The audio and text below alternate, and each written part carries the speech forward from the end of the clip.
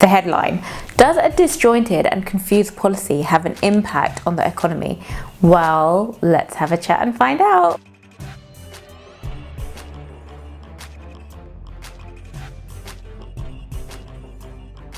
Hi guys, I'm Fifi. I'm a mum, engineer and consultant living in London, and I make videos about saving money, investing and understanding the economy to make better financial decisions.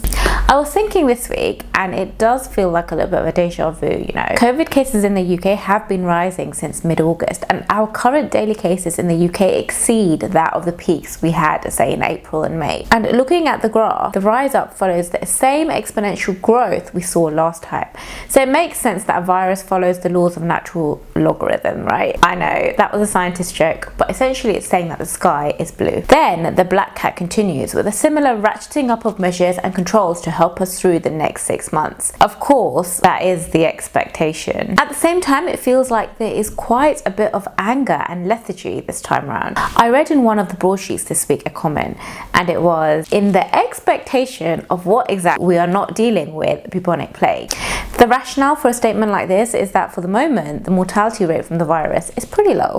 So there you have it, a lot of disenchantment, which is also reflected from the messaging. The first lockdown was sold as a means to not overwhelm the NHS and had tremendous public support. And I fondly remember the 8 PM clap with all the doors and windows of our road open and cheering on the front line in the peak of the summer. But now the message from Mr. Hancock is that the goal is to suppress the virus until a vaccine is found. Really? Like, seriously? A vaccine for smallpox still took 200 years for the virus to eradicate, and all the while only 12 million people have downloaded the NHS app.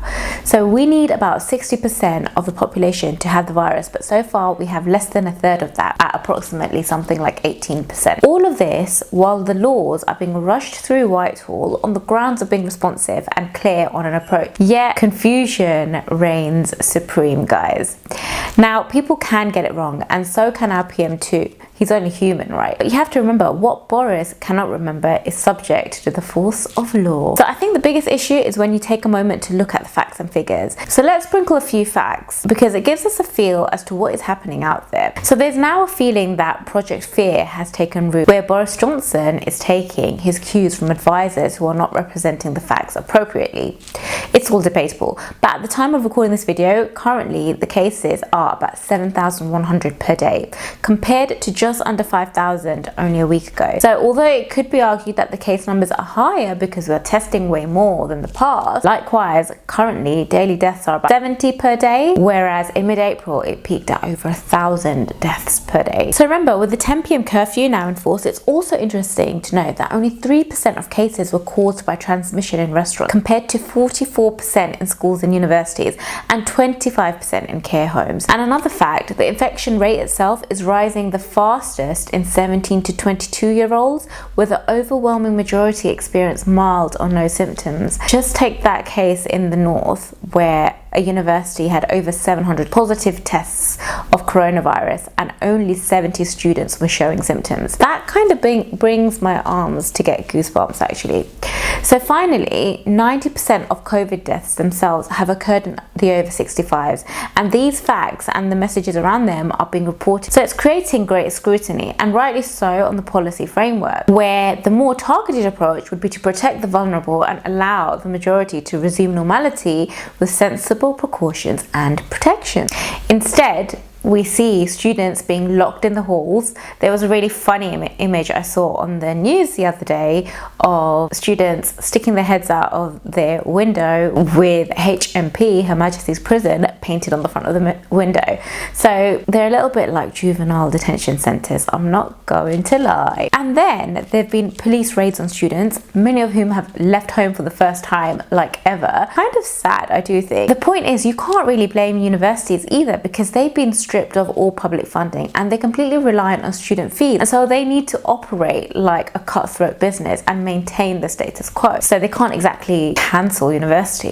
So what does this all mean for the UK? Well, that's the question. Now, with all the restrictions, not only could we have the worst per capita death rate of any industrialized economy, but also the worst hit economy as well, as we wave goodbye to hospitality, entertainment, retail and sports sectors. So no wonder these industries are looking for a judicial review. The private sector, which accounts for 1/5 of the workforce, carries on with no impediment to job or income. So to round it off, mass vaccinations and even an effective vaccine are years away. So let's get real about that. And you scientists will know that. And by then, we may have no economy left to revive anyway. Amidst all this, we're seeing comments from Rishi Sunak that we must learn to live without fear. And then he went on to announce support plans to encourage businesses to make hard decisions on jobs. Now, even economists are saying that climbing unemployment rates at 7.5% will actually take us to the great financial recession levels, which feels pretty conservative to me anyway. However, and there's always going to be a however, this is perhaps the first splintering we are seeing between Boris Johnson and Rishi Sunak, with the former frightful of the virus and the latter fearful of the economy and the public finances. Who can blame him with the UK government debt around 103% of GDP? We need the economic engines of the UK to fire up with the latest round of support from the Chancellor, representing only 0.3% of our GDP, less generous than our EU neighbours, and a stark difference from the furlough scheme. So there are some quirks. It's cheaper for an employer to keep one full-time person on than two part-timers. That's been one that's been going around a lot. And also, with the lack of demand in unskilled sectors, there may not be jobs at all. Rishi Sunak has no doubt demonstrated to his party that he's credible and a competent politician, and a conservative more so than Boris Johnson. Either by fault or design, whatever it is, it's clear that he will make a push to balance the books. So we shouldn't really be surprised with tax rises and spending cuts in the months to come. Gosh, what a dire topic, guys, I know, but I do feel that it should be covered because given the situation, the UK markets are still lagging the world. And so with market expectations still low, it's good to understand the politics and the macroeconomics, I suppose. So that's a wrap. Click here for a link to a short playlist on the economy. One of my first viral videos are amongst the gems that you'll find up there. Down there in the comments below, do let me know what your thoughts are and what's going on at your end of the pond. Until next time, I'm out.